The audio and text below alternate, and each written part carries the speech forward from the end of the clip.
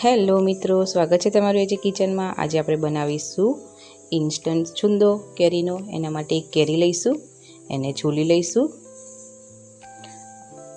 છૂલ્યા પછી આપણે એને છીણી લઈશું છીણી વડે। આ ટાઈપની છીણી થોડી મોટી હોય એવી રીતે આવી રીતના છીણી લઈશું। કડાઈમાં તેલ ગરમ કરવા મૂકીશું। તેલ ગરમ થઈ ગયું છે એટલે હવે આપણે જીરું એડ કરીશું। તેલ બહુ નહીં લઈએ, 1 ચમચી જેટલું લીધું છે। એમાં એડ કરીશું 1 લવિંગ, 2 મરિયાં અને તજ। એ બી શેકાઈ ગયું છે એટલે હવે આપણે એમાં કેરીની જે છીણ હતી એ એડ કરતા રહીશું। થોડી થોડી કરીને બધી અંદર એડ કરી દઈશું। મિક્સ કરી લઈશું મસાલાની અંદર।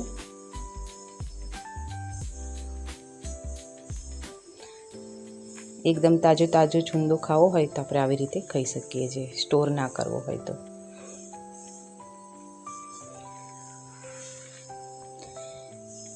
એનું પાણી છૂટું પડે ત્યાં સુધી આપણે એને શેકી લઈશું।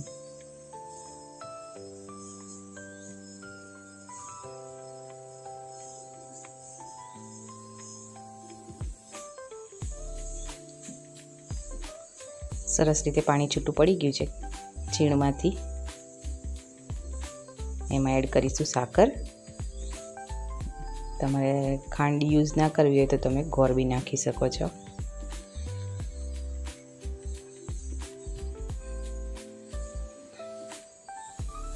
જેટલી ટેસ્ટમાં જોઈતું હોય ગળ્યું એવી રીતે તમે ગળ્યું કરી શકો છો આને।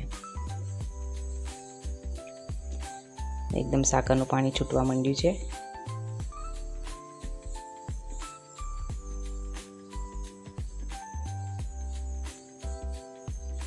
વચ્ચે વચ્ચે હલાવતા રહીશું।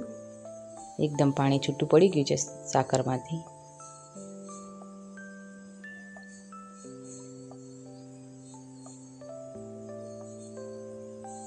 સ્વાદ અનુસાર મીઠું એડ કરીશું। 1 ચમચી તીખું મરચું નાખીશું। અડધી ચમચી કાશ્મીરી મરચું એડ કરીશું। પાછું મિક્સ કરી લઈશું। એકદમ ધીમો ગેસ રાખીશું એટલે સરસ રીતે બધું મિક્સ થઈ જશે આપણું જે મસાલા નાખ્યા છે મરચું ને બધું। જ્યાં સુધી ચાસણી થાય ત્યાં સુધી આપણે એને શેકાવા દઈશું।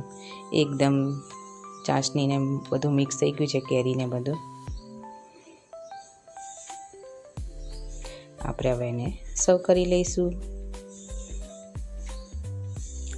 ભાખરી સાથે, પરોઠા સાથે, થેપલા સાથે બી ખાઈ શકો છો। અને આ 2 વીક સુધી રહેશે એર કન્ટેનરમાં મૂકશો તો। Thank you watching my video.